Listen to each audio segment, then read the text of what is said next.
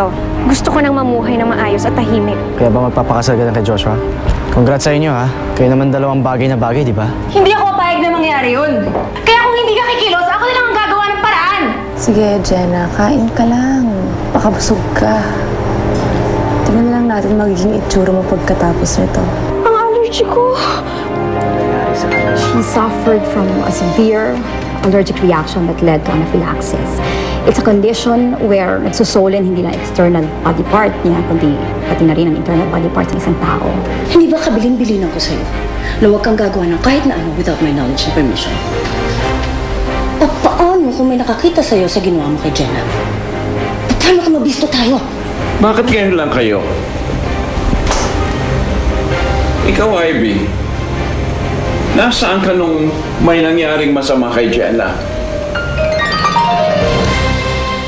Ay, Papa, may ka-meeting lang na supplier si Ivy nung panahon na yun, kaya wala siya sa resto. Pero siya nga nagkwento sa akin na may nangyari kay Jenna eh. Word ng word nga siya sa pinsan niya eh. Hindi ba, Ivy? Oo, gano'n na po yun, Lolo.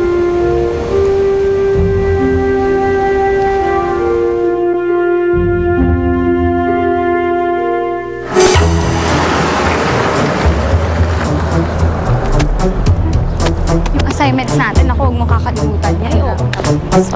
Yes. Sige, sige. Bye-bye. Bye-bye. Ingat. Ano sa kanya? Si Ami yan. Tanungin mo. Miss, excuse, pwede magtanong? Bakit ang aga nagsara ng restaurant na yan? Nagsara na po kasi yung Changhis eh. May masama kasing nangyari kay Ate Jenna. Ha?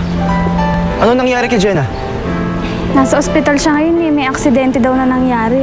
Pero hindi ko pa po alam yung buong kwento. Gusto ko nga siyang dalawin sa ospital eh. Sabi ba sa'yo kung saan siya dinala? Hindi ko po alam eh. Hindi pa kasi bumabalik si Kuya Joshua mula nung dinala niya sa ospital si Ate Jenna.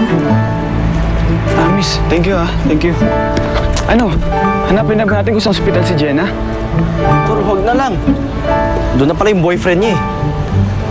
Kaya mo na lang siya mag-alala.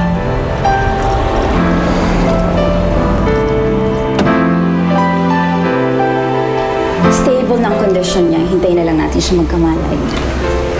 Thank you, Doctor. Thank God. Lolo, gusto niyo ako na lang muna yung bahala sa restaurant habang nagre-recover pa si Jenna. Doctor.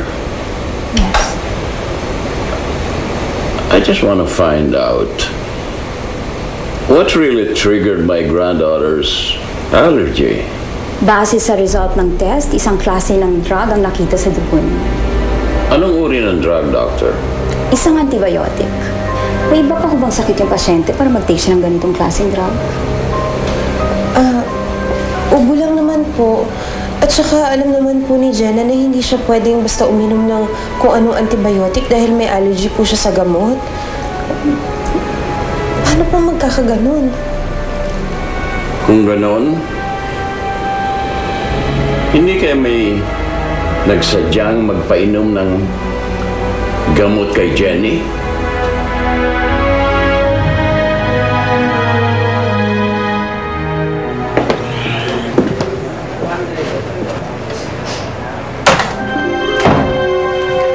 Bebeng? Bebeng?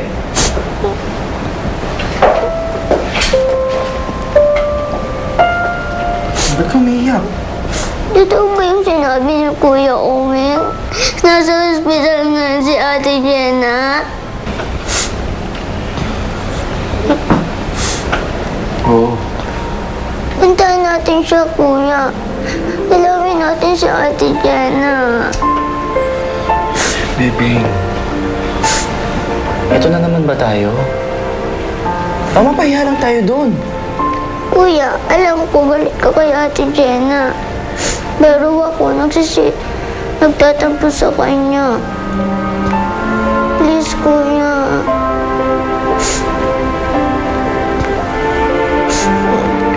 Kuya, kaya mo ba talagang tiisin sa Ate Jenna? Wala ka na ba talagang natitira pagmamahal sa kanya? Kahit Auntie, Kuya.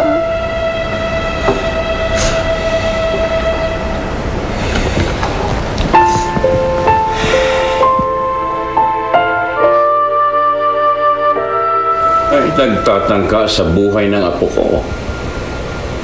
Pero, sir, paano naman po nila malalaman na may allergy po si Jenna sa gamot?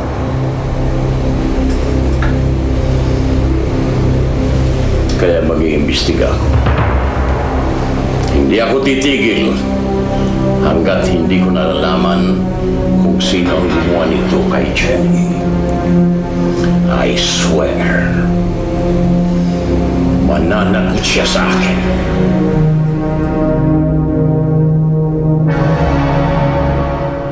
Salubungin ang ganda ng umaga with